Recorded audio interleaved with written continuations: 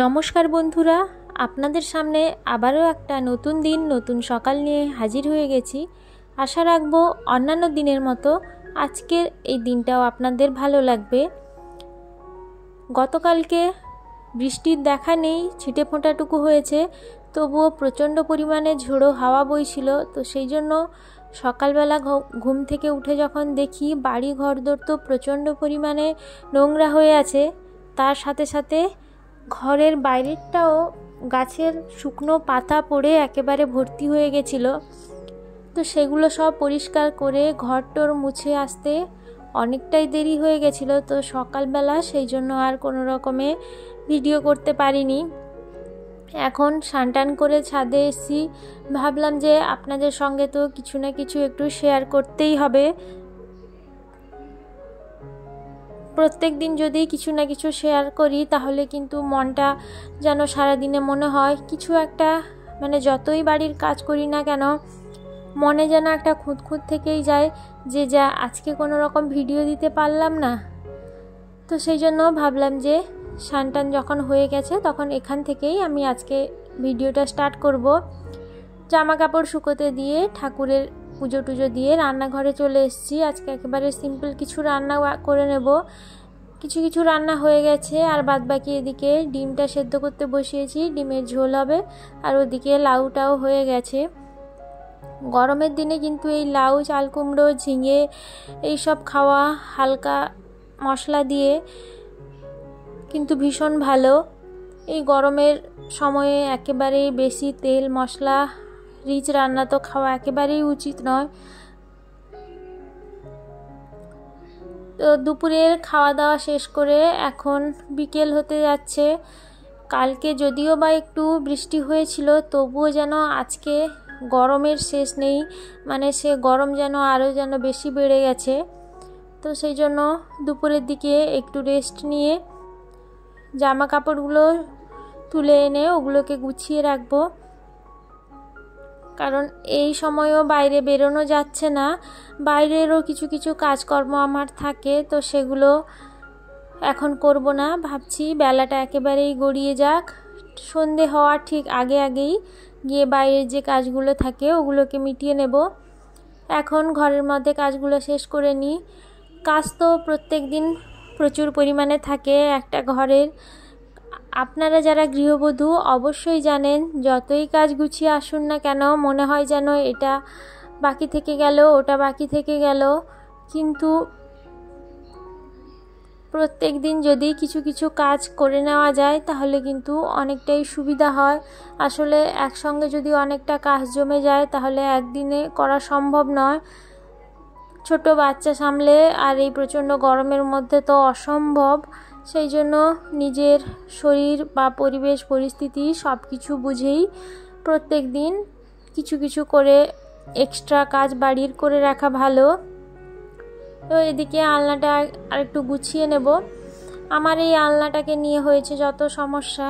আলনাটা এতটা পরিমাণে ছোট আর জামা কাপড়ের সংখ্যা প্রচুর, তো সেই জন্য গুছিয়ে রাখতে একটু অসুবিধা হলেও চেষ্টা করি সব সময় একটু গুছিয়ে রাখতে, কারণ ঘরের একেবারে দরজার পাশে যেহেতু এটা, তো একটু গুছিয়ে না রাখলে সব সময় এটা বাইরে থেকে চোখে পড়ে, ওগোছালো থাকলে দেখতে খুবই বাজে লাগে। তো প্রত্যেক দিন সকালবেলা যেমন একবার করে ঘর ঝাড় দিই, সেরকম বিকেলেও আবার একবার করে ঘর ঝাড় দিয়ে নিই। তো এখন ঘরটা সুন্দর করে ঝাড় দিয়ে নেব। সকালে ঘর মুছেছিলাম, এখন আর ঘর মুছবো না, সারাদিনে একবার করেই মুছি।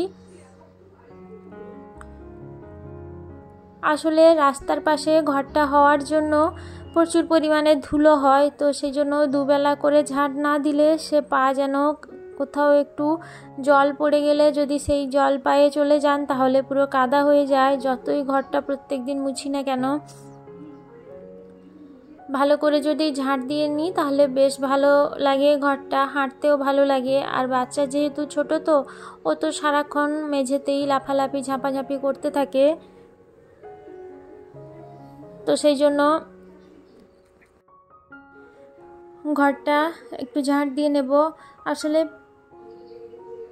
সকালবেলা যদি, মানে যে তলাটায় আমরা থাকি ওই তলাটাই আমি দুবেলা করে ঝাড় দিই, আর বাদবাকিগুলো সকালে একটা আর বিকেলে একটা ওরকম করে নিই, কারণ একসঙ্গে পুরো বাড়িটা ঝাড় দিয়ে আসতে সময়ও যেমন লাগবে সেরকম কষ্টটাও খুব হয়।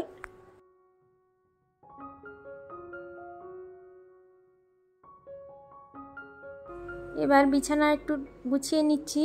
সকালবেলা একবার করে গুছিয়ে নিই, আবার বিকেলেও একবার করে গুছিয়ে নিই, কারণ ছেলে তো সুযোগ পেলেই বিছানার উপর উঠেই লাফানো শুরু করে দেয়।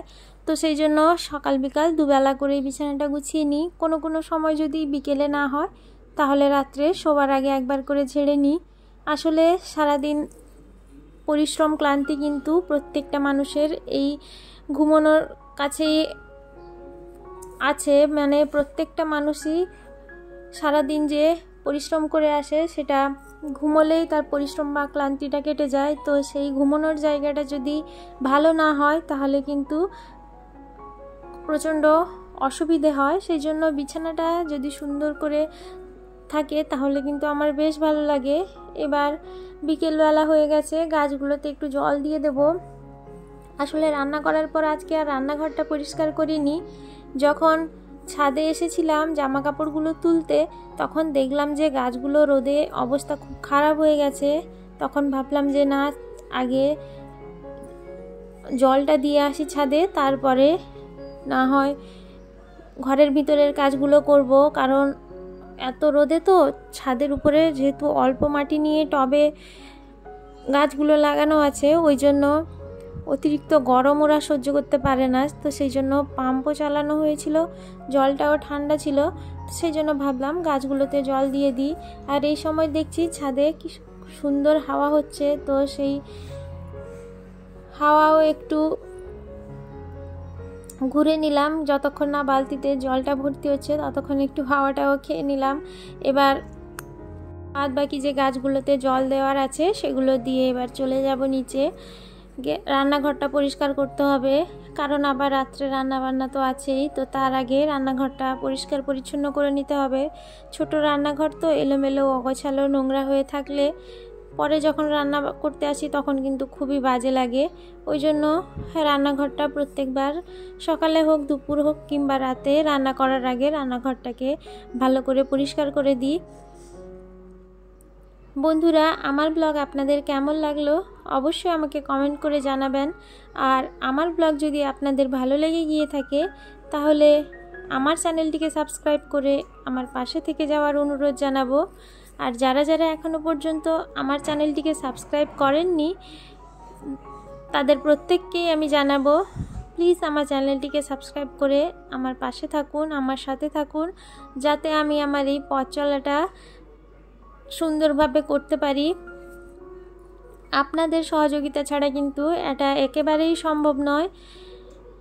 যারা আমার চ্যানেলে বন্ধু হয়ে আছেন এখনও পর্যন্ত তাদের প্রত্যেককেই আমি বারে বারে অসংখ্য ধন্যবাদ জানাবো, কারণ আপনারা না থাকলে আমি আমার মনের জোর বাড়িয়ে এত দূর পর্যন্ত এগিয়ে আসতে কখনোই পারতাম না। এভাবেই আমাকে সাপোর্ট করে যান, আমার সাথে থাকুন, পাশে থাকুন। সফলতা কবে আসবে সে কথা ভাবলে হবে না, কাজ করে যেতে হবে। সফলতা একদিন আসবে এটা ভেবেই মনের জোর নিয়ে। তাহলে বন্ধুরা, আজকের মতো আমি আমার ব্লগটা এখানেই শেষ করছি। আপনাদের সঙ্গে দেখা হবে আবারও একটা নতুন দিন, নতুন সকাল, নতুন ব্লগ নিয়ে। ততক্ষণে সবাই ভালো থাকবেন, সুস্থ থাকবেন, সাবধানে থাকবেন। সবাইকে জানাবো অসংখ্য ধন্যবাদ।